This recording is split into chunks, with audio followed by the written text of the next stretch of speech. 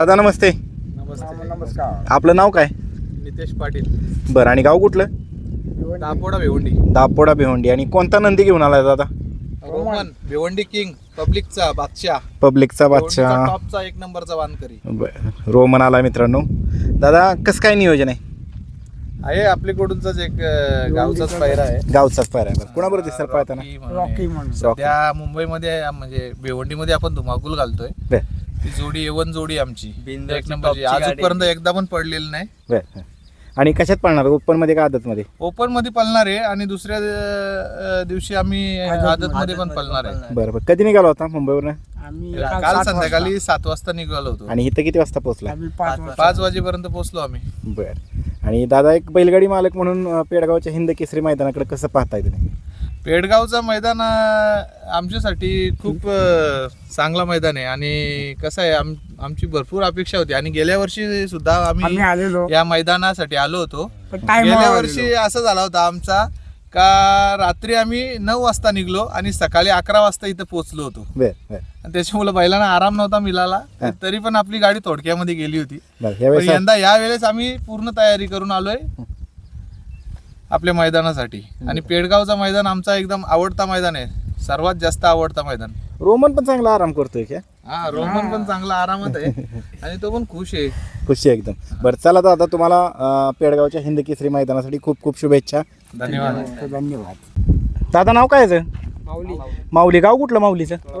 तुळापूरचा माऊली. आणि कसं काय नियोजन आहे माऊलीचं? कोणाबरोबर पाळणार आहे? आपला पिवळ वादळ चिक्याबरोबर पाळणार आहे का? बरं. खातगुंचा आहे का? बरं, खातगुंच्या चिक्याबरोबर पाळणार आहे. किती वेळ निघाली चिट्टी बिट्टी काय?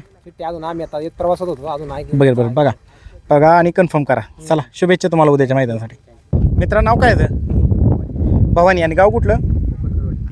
कुठली वाडी? पोखरकरवाडी. कोणाबरोबर नियोजन आहे भवानीचं? पुण्यामधला बैल. पुण्यामधला. बरं, कधी आलाय? सकाळीच आलाय. बरं चला शुभेच्छा तुम्हाला. धन्यवाद. मित्रांनो हा गुरु पण आलाय. गुरु कुठला आहे दादा? पेन रायगड कोपरोली. कोणाबरोबर नियोजन आहे गुरुचं? नियोजन आपण स्वतःच केलं आहे. बरं, कोणाबरोबर पाळणार आहे? आपली घरची गाडी आहे, हिरा आणि गुरु. हिरा आणि गुरु. कुठल्या गटाचा अंदाज? अजूनपर्यंत काय अंदाज काय नाही. बरं, अजून निघली नाही ठीक आहे सर.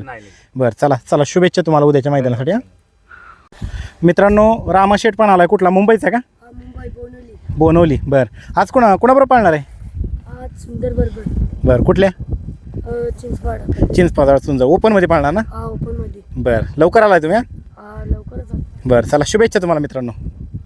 दादा नाव काय दोघांनी बैलांची दोघांची पण? ह्यो सिकंदर आणि तो पाड्यालचा सरपंच. कुठलं गाव? बांबोरे. कुठं आले? शाहूवाडीचा लोक, कोल्हापूर. बरं, सिकंदरचं कसं नियोजन आहे? कोणाबरोबर दिसेल? सरदार बरोबर. आणि ह्याचं कसं नियोजन आहे? कोणाबरोबर आहे? इस्लामपूरचा सर्जा. चांगलं पोपुडावरचा. बरं, चांगलं नियोजन केलं आहे. चला शुभेच्छा तुम्हाला दादा. दादा नाव काय बैलांची? ह्याचं नाव काय अलीकडच्या? पलीकडचा गोल्डन. गाव कुठलं? टेंभूर आला. बरं, कसं काय नियोजन आहे गोल्डनचं आणि बादलचं? हीच गाडी पाळणार आहे. बरं, लय लवकर आला. बरं बरं, जागा पण भेटती म्हणजे जवळ जागा भेटते ना, तशी भरपूर जागा आहे जवळ. आपलं आपल्या ह्याने बरोबर आहे. बरं, आणि आराम पण महत्त्वाचा, ती गोष्ट महत्त्वाची. बरं चला शुभेच्छा तुम्हाला दादा. मित्रांनो आपल्या समवेत आहेत राहुलभाऊ गोरे आहेत, किरण भाऊ आहेत, त्याचबरोबर ते रणजित सर आहेत, त्यानंतरनं पप्पू शेट आहेत वांगीचे. सगळे भेटलेले आहेत आज आपल्याला. आणि तुम्ही पाहताय कोण कोण आलं आहे हिंद केसरी पेडगाव मैदानामध्ये. हा भाग दुसरा आहे. राहुलजी काय सांगाल एकंदरीत आजची सगळी परिस्थिती पाहता? ज्या जागेवरती तुम्ही उभे आहात त्या ठिकाणी उद्या आणि परवा उभं राहायला किंवा बसायला तरी जागा असेल का? खरं तर आता हे बैलगाडी क्षेत्रात ती देवनगरीच मानली जाते या महाराष्ट्रामध्ये. आणि या देवनगरीमध्ये आम्ही उभा आहे. आणि उत्सुकता आहे की अखंड महाराष्ट्राला की 2026चा येणारा मानकरी कोणाला दोन्ही मैदानात. कारण की मैदान देखील अतिशय सुंदर केले. आणि ज्या मागच्या ज्या कमी होतं ते यावेळेस पेडगाव कमिटीने भरून काढले. सगळ्या त्रुटी भरून काढलेत. पण कोणतं नियोजन केलंय? कोणत्या बैलांचं तुम्ही नियोजन केले? नियोजन आता आदतला आहे 4-5 बैलांचं आणि ओपनला आहे 4-5 बैल आहे ती मुसकी. बरोबर, कुठली? रोमन आहे आपला. रोमनचं कोणाबरोबर पायरा आहे? रोमन आणि दिनेश भाऊ गजा नाही का आपला डिंबळी. डिंबळी. गजा आहे. दुसरा अजून आपला सरजा दादा सरजा दहाचा आणि सुलतान सुलतान आणि 11 सुलतान नाही का हां 21-11. 21-11 दुसरा अजून नंतर पक्षी आहे, हां परत आपला नांद्या पण आहे जयेश पाटलांचा. बरं जयेश पाटलांच्या नंद्याचं कुठं बरं आहे? जयेश पाटला नांद्या त्या दिवशी वरोडला 1 नंबर केला तो शिवा नाही का, हां हां त्याच्या बरोबर आहे. बरं आणि उज्जैनचा कोणाबरोबर आहे सगळ्यांना उत्सुक उज्जैनचा शिव बरोबर आहे, दक्कन पटरा शिव बरोबर. दक्कन पटा चांगलं नियोजन केलंय चांगलं नियोजन शिव बरोबर. शेवटी आता पेडगावचं मैदान म्हणजे शेवटी प्रत्येकाला वाटते की हिंद केसरी पण आता येणारा काळ सांग प्रयत्न करायचे आणि काय वर्ल्ड कप आहे आपला बरं आणि या वर्ल्ड कप मध्ये प्रत्येक खेळाडू इच्छा असते की मला खेळण्याची संधी मिळावी बरं आणि ह्यात खेळायला भेटलं तरी आनंद आहे. जिंकणार हारणार ही पार्ट दुसरा आहे, परंतु या कसं आहे या संघात खेळायला भेटणं आणि या वातावरण खेळायला भेटणं ह्याच्यातच सगळी मोठी मजा आहे. म्हणजे पेडगावच्या मैदानात पळाय भेटते ही सगळ्यात मोठी आपल्यासाठी म्हणतो चांगली जमेची बाजू आहे. यावेळेस अपेक्षेपेक्षा लवकर नोंद झाली आणि फुल नोंद झाली, काय सांगाल त्याच्याविषयी? नाही नोंद तर अगोदर लवकर झालेली आहे, कारण की काय बैल पण तेवढी वाढलेत आणि आम्हाला वाटतं अजून 1000-1500 तरी गाड्या बाकी असतील नोंद करायच्या, परंतु ज्यांचे पहिरे फाट झाले त्यांची नोंद फाट झाली आणि बैलगाडी क्षेत्र आता एक मोठ्या उंचीवर जाऊन पोचले. तुम्ही बघाल तर आता म्हणजे एक वेगळीच क्रेज आहे बैलगाडी क्षेत्राची, त्यामुळं हे क्षेत्र अजून दिवसेंदिवस अजून पुढे जाणार. आणि तसा विचार केला तर पेडगावचं मैदान 4-5 दिवस घेतलं तरी संपाद नाही मोरे सरकारांना, कारण की तेवढी बैल या महाराष्ट्रात आहेत. असं वाटतंय का कधीतरी असा योग यावा की आठवडाभर पेडगावचं मैदान चालावं, वेगवेगळी सगळी मैदान हवी? बघा तुम्ही येणाऱ्या भविष्य काळामध्ये 4-5 वर्षांनी तीच परिस्थिती असणार आणि संघटनेला पण तो निर्णय घ्यावा लागणार की आज 1000 गाड्या, उद्या 1000 गाड्या, परवा 1000 गाड्या, त्याच्या परत 3 दिवसांनी आदत 1000 अशा गाड्या, म्हणजे 6,000 गाड्या पण पळू शकतात. आणि तेवढी बैल पण आहे. ती कसं आहे आता माझ्या गोट्या बारक्यातला बारका बैल असतात, शेवटी आपण विचार काय करतो की पेडगावला हारू जिंकू हा पाड नाही पेडगावसाठी हो.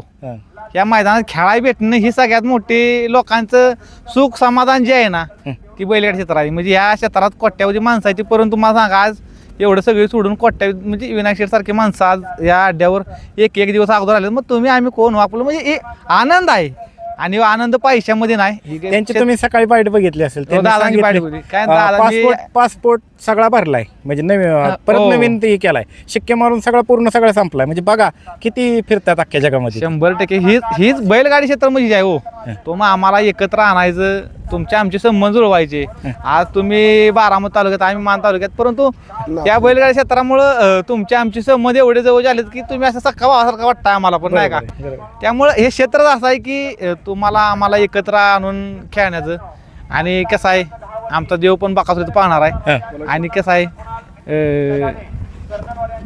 तो अजून म्हणजे असं काय लोकांना वाटतं की तो थांबलाय, परंतु थांबलेलं कोण नसते. येणारा काळ सांगेल. आणि त्या बैलामध्ये खरं धमक आहे म्हणजे, आणि जेव्हा काय घडत नाही त्यावेळेस घडवाची धमक त्या देवामध्ये आहे. आणि देवांचे आशीर्वाद पण त्याच्या पाठीमाग आहेत.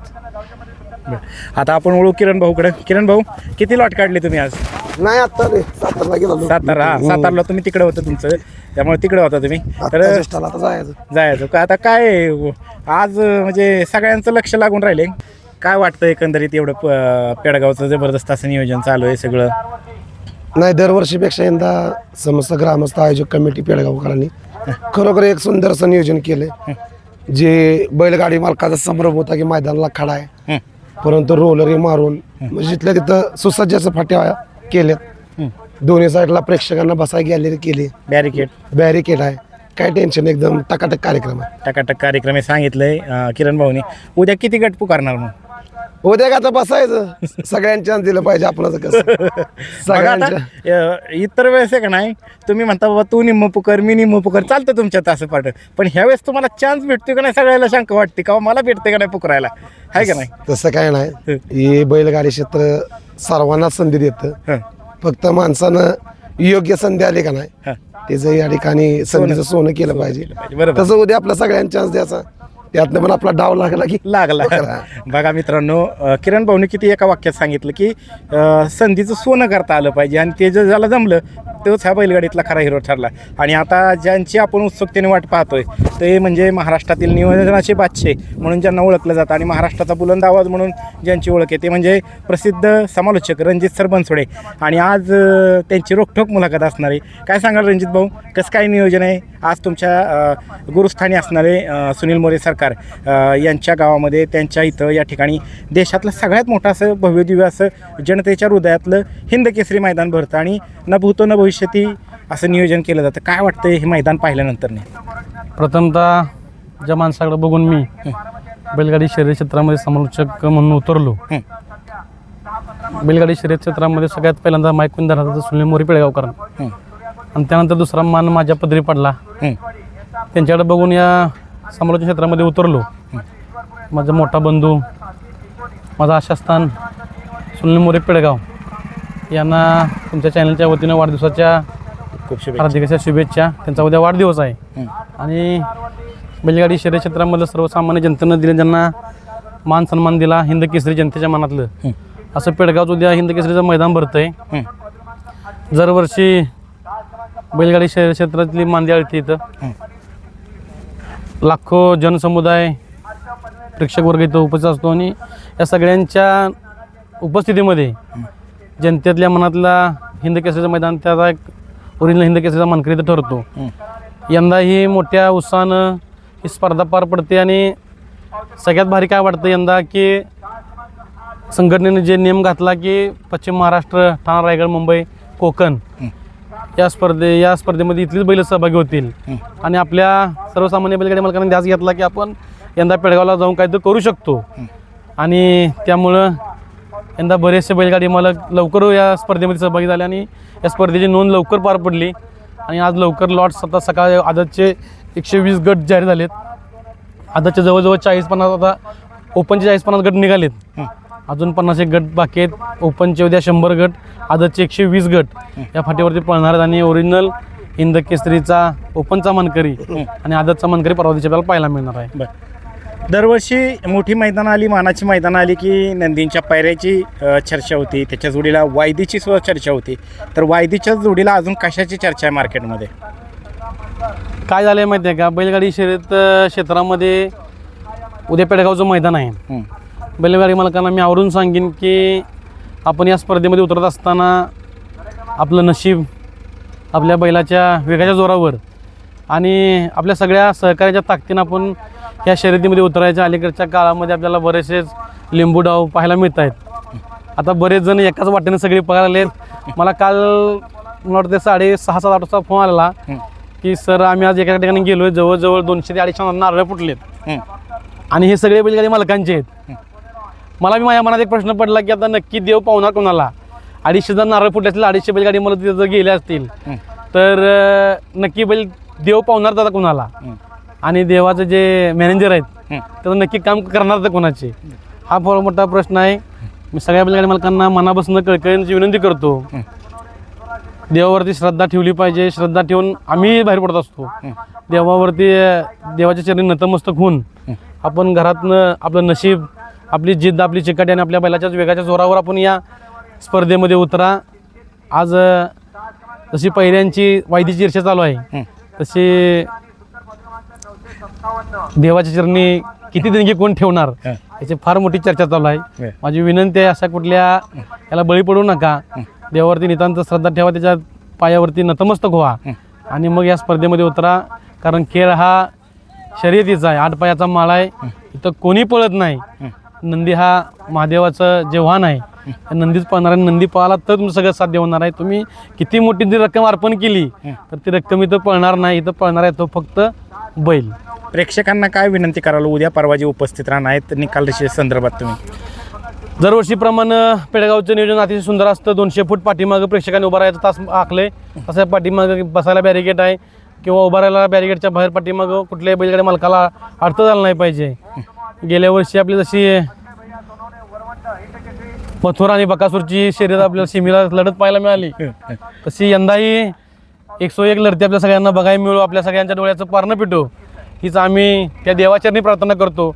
आम्ही काही दक्षिणा ठेवणार नाही, पण आम्ही आपल्या त्या देवाच्या चरणी नतमस्तक होऊन आमच्या प्रेक्षकांची इच्छा सगळ्यांची पूर्ण व्हावी. मला सकाळी 6:30 वाजताच्या दरम्यान आमचे जीवाभावाचे सहकारी मित्र शिवराजभाऊ इंगवले यांचा फोन आला. भाऊ म्हणाले उद्याच्याला ओपनचं मैदान आहे आणि मला सकाळी असं जाणवलं की उद्या बकासूर या मैदानामध्ये गुलालाचा मानकरी ठरणार, आदतला गुलालाचा मानकरी ठरणार. शिवराज भाऊने मला सकाळीच फोन करून सांगितलं, पैराही सांगितला. त्यांच्या माध्यमातून मलाही पैरा कळाला. आणि जर का त्यांची वाणी खरी ठरली तिथं शिवराज भाऊ म्हणतील तिथं त्यांना मी परवा दिवशी जाऊन पार्टी. माझ्या ऐपतीप्रमाणे त्यांना 2 ड्रेस चांगलं घेतो मी. बर.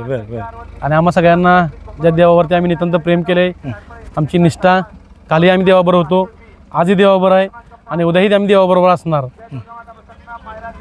2 दिवस आम्हाला बैल बकासूर या फाटीवरती गुलाला दिसला की मी शिवराज भाऊला जिथं ते धावतील तिथं ते दाखवले ड्रेस मी त्यांना घेणार आहे. चालतंय, धन्यवाद. सकाळी चर्चा झालेली आहे हां. आणि त्या चर्चेला 100% यश येईल. शिवराज भाऊने सांगितले माझा शब्द आहे, बैल हा दोन्ही दिवशी आपल्याला गुलाला दिसणार आहे. चांगले पहिरे आहेत, सगळ्यांनी या, सगळ्यांनी शिस्तीचं पालन करा आणि हे मैदान आपण सगळ्यांनी यशस्वी पार पाडूया. सुनील मोरे सरकार हे या बैलगाडी शर्यत क्षेत्रामध्ये चालतं बोलतं विद्यापीठ आहे, त्या विद्यापीठाला आपण सगळे सहकार्य करूया आणि या स्पर्धेमध्ये आपण सगळ्यांनी जे आपल्याला जसं होईल तसं आपण सगळ्यांनी सहकार्य करून हे मैदान पार पाडूया. पुन्हा एकदा सांगतो, स्वतःच्या जिद्दीच्या जोरावर, आपल्या बैलाच्या वेगाच्या विश्वासावरती आणि आपले सगळे समर्थक आहेत त्या समर्थीच्या प्रत्येकाच्या जिद्दीला सगळ्यांना एकत्र धरून तुम्ही या स्पर्धेमध्ये उतरा. बाकी कुठल्याही गोष्टीला बळी पडू नका, कारण हे सोशल मीडियाचं युग आहे. आज जर एखादा टेस्ट ठेवला तर उद्या तोच टेस्ट दुसरा कोणतं फॉरवर्ड करत असतं, तो तिसरा करत असतं. वास्तव हे सगळ्यांनाच माहिती आहे, पण थोडंसं मी सगळ्यांना सांगतो की थोडंसं यापासून सावध राहा आणि उद्या सगळे या सुखरूप घरी जा, हीच आमची अपेक्षा आहे. चालतंय, धन्यवाद.